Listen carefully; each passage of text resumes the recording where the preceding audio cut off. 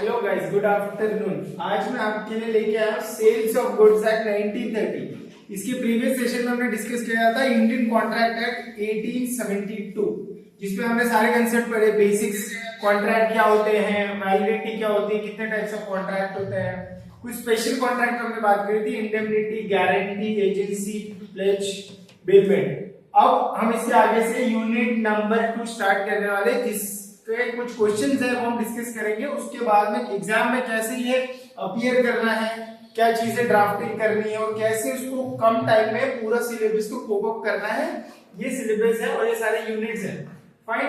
अब sales of goods act 1930, Indian law में ये 1930 के ईयर में ये सेल्स ऑफ गुड्स एक्ट आया। अब ये सेल्स ऑफ गुड्स एक्ट क्या, सेल्स ऑफ गुड्स एक्ट का मतलब है कोई भी जो बिजनेस ट्रांजैक्शन हो रहा है एक पार्टी से दूसरे पार्टी के लिए, तो वो इसके अंदर आएंगे। सपोज इसमें दो चीजें आएंगी, परचेजिंग और सेलिंग वाला बिहेवियर, कि जो भी मैंने ट्रांजैक्शन करी, एक पार्टी ने परचेज करा, दूसरे पार्टी ने उसको बाय किया, उसके बदले में कंसिडरेशन पे करा, तो इसके लिए कंस्टिट्यूट होगा। अब ये सेल्स ऑफ गुड्स एक्ट, इसमें ट्रांसफर, इसमें बेसिकली कवर होगा क्या, सेल्स फी और एग्रीमेंट टू सेल्स फी। हम आगे जाके समझेंगे क्वेश्चंस में कि क्या सारी चीजें, क्या कंसेप्ट है, क्या लॉ में डिफाइंड है, क्या सेक्शंस है, क्या इसके अलग अलग क्लॉज हैं। तो अब इसमें क्या क्या चीजें होगी सेल्स ऑफ गुड्स एक्ट में, बायर होगा, सेलर होगा, गुड्स होगा, प्राइस होगा, transfer, ownership of an property, और एक चीज होगा कि वो जो कॉन्ट्रैक्ट होगा वो वैलिड होगा। जैसे हमने फर्स्ट यूनिट में देखे थे अलग अलग कॉन्ट्रैक्ट, वैलिड, वॉइडेबल या एक्सप्रेस कॉन्ट्रैक्ट, इम्प्लाइड, ये सारी चीजें हमने कवर अप करी थी। तो हम क्वेश्चन नंबर 1 से स्टार्ट करते हैं। What is contract of sales, distinguish between sales and agreement to sales. तो सबसे पहला पॉइंट है कॉन्ट्रैक्ट ऑफ सेल्स क्या, सेल्स तो हो रहा है और वो कॉन्ट्रैक्ट कैसे क्या हो सकती है समझेंगे। फिर डिफरेंस, सेल्स और एग्रीमेंट टू सेल क्या होता है, क्योंकि देखो सुनने में तो कैसे ही लगता है कि सेल्स हुआ और उसके लिए कुछ पेपर ऑन पेपर डॉक्यूमेंटेशन हुआ। तो हम इसको समझते हैं कि क्वेश्चन बेसिकली डिमांड क्या कर रहा है, क्या मांग रहा है हमसे। ये है unit number 1। A contract of sale is a type of a contract where one party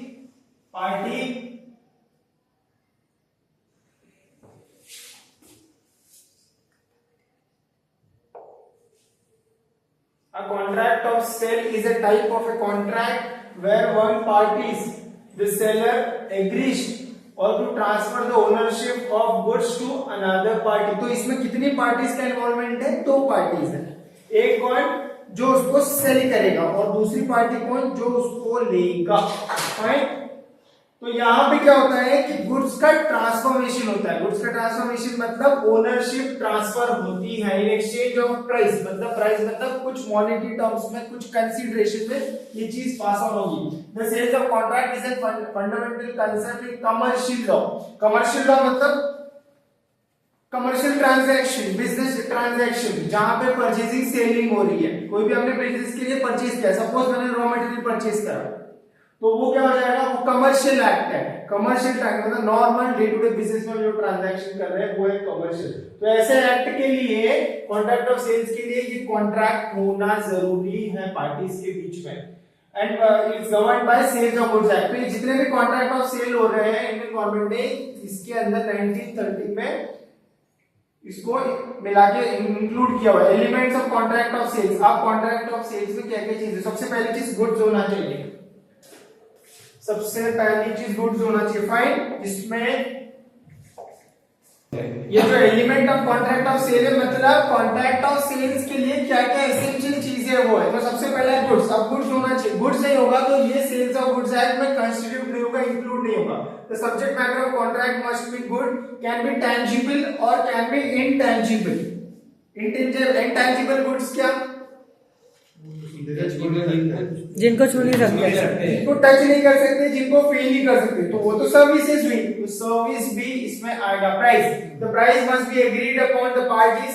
अब इस कॉन्ट्रैक्ट में पहले तो पार्टीज हुई, क्या ट्रांजैक्शन है तो उसमें गुड्स होगा, गुड्स के बाद प्राइसिंग होगी। तो प्राइस मतलब एक्सचेंज क्या होगा उसके बीच में। जैसे कोई भी गुड्स आपको खरीदना है तो उसके लिए आपको प्राइस होना एसेंशियल है कि उसका रेट क्या है, तो वो जरूरी है in the form of money, goods और सर्विसेज।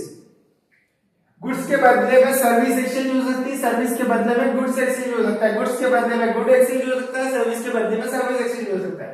तो ये पहले जैसे बार्टर सिस्टम चलता था उस तरीके से। Transfer of ownership, the seller must transfer the ownership of goods to the buyer, मतलब ओनरशिप ट्रांसफर होना जरूरी है। सेल्स ऑफ गुड्स जब भी फॉर्मुलेट होगा जब ओनरशिप ट्रांसफर होगी। अगर ओनरशिप ट्रांसफर नहीं होगी तो ये सेल्स ऑफ गुड्स एक्ट में नहीं इंक्लूड होगा, मतलब वो ट्रांजैक्शन इसमें नहीं आएंगे। इंटेंट टू सेल, अब इंटेंट मतलब जब ऑफर करा, प्रपोजल हुआ, उसका एक्सेप्टेंस हुआ तो उसका फ्री कंसेंट होना चाहिए। तो the parties must have intention to sell और बाय, या तो दोनों पार्टी से खरीदना भी चाहिए या वो गुड्स को परचेज भी करना चाहिए। अब क्वेश्चन में सेकेंडरी चीज पूछी है, पहले तो पूछा कॉन्ट्रैक्ट ऑफ सेल्स क्या, उसके बाद पूछा कि सेल्स और एग्रीमेंट टू सेल्स को बाइफरकेट करो, डिफरेंशिएट करो। तो a sale is a contract where ownership of goods is transfer from seller. तो सेल्स क्या होता है बेसिकली कि हमने कोई चीज सेल करी और सामने वाले पर्सन ने उसको बाय करा, तो ये हुआ sale. Where agreement to cell is a contract where ownership of goods is transfer. तो सेल्स क्या, एग्रीमेंट टू सेल्स क्या, सेल्स का मतलब है जहां पे ओनरशिप तुरंत ट्रांसफर हो जाती है, उसी टाइम में ट्रांसफर हो जाती है। और एग्रीमेंट टू सेल में क्या है कि आपका जो है आपने कॉन्ट्रैक्ट करा, आपने एग्रीमेंट करा कि ये गुड्स मैं बेचूंगा, तो आपने जब उसको प्राइस आपको नहीं मिला है तो इन फ्यूचर में जाके उसकी ओनरशिप मतलब owner of that particular goods, तो वो इन फ्यूचर में ट्रांसफर होगी किसमें, एग्रीमेंट टू सेल के अंदर।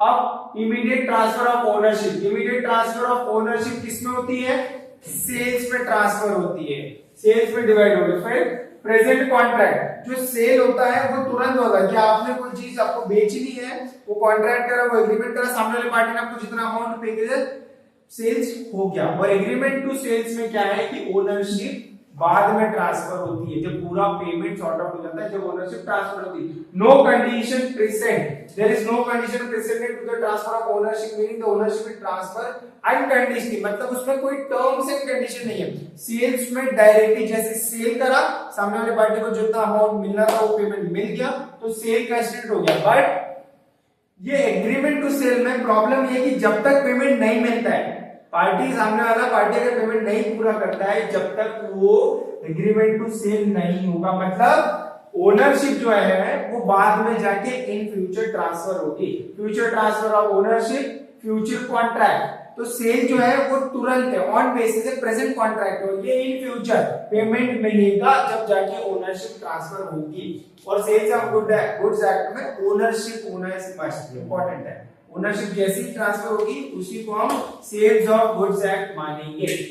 फाइंड की differences, timing of ownership, main difference क्या है, मतलब ओनरशिप सेल में जल्दी, एग्रीमेंट टू सेल में later on. Condition and conditional transfer, agreement to cell is conditional transfer, कि तुम मुझे इतना गुड्स दे दोगे तो मैं आपको इतना पे आउट कर दूंगा। ये क्या है, agreement to sale, agreement on written, on paper. और सेल्स क्या है, जहां पे डायरेक्टली कॉन्ट्रैक्ट होने के बाद दोनों पार्टीज को उसका अमाउंट मिल जाता है और दूसरी पार्टी को उसका गुड्स मिल जाता है। फाइन, रेमिडीज अवेलेबल, रेमिडीज में क्या है, अगर प्राइस नहीं मिलता है, पेमेंट नहीं मिलता, तो जो पहला डिफरेंस था वो था टाइमिंग ऑफ ओनरशिप ट्रांसफर, तो ओनरशिप सेल्स में तुरंत ट्रांसफर होगी और एग्रीमेंट टू सेल में इन फ्यूचर ओनरशिप ट्रांसफर होगी। तो क्या लिखा हुआ है, in sales the ownership will transfer immediately, whereas in agreement to sell the ownership will transfer at a future date, future transaction future में ट्रांसफर होगा। Conditional versus unconditional transfer, an agreement to cell is a conditional transfer ownership है, sales is an unconditional, मतलब agreement to sales में कुछ conditions रहेंगी कि आप इतने गुड्स इतने टेन्योर में दोगे तब जाके मैं इतने सॉर्ट ऑफ पेमेंट करूंगा।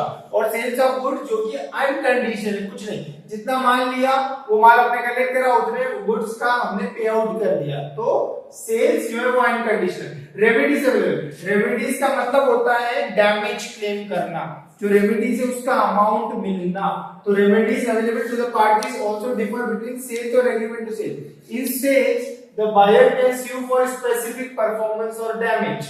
स्पेसिफिक परफॉर्मेंस, उसको बोला है कि आपको इस लोकेशन पे ट्रांसफर करना ही है, ओनरशिप देनी है या गुड्स बेचना ही है, तो वो स्पेसिफिक हो गया।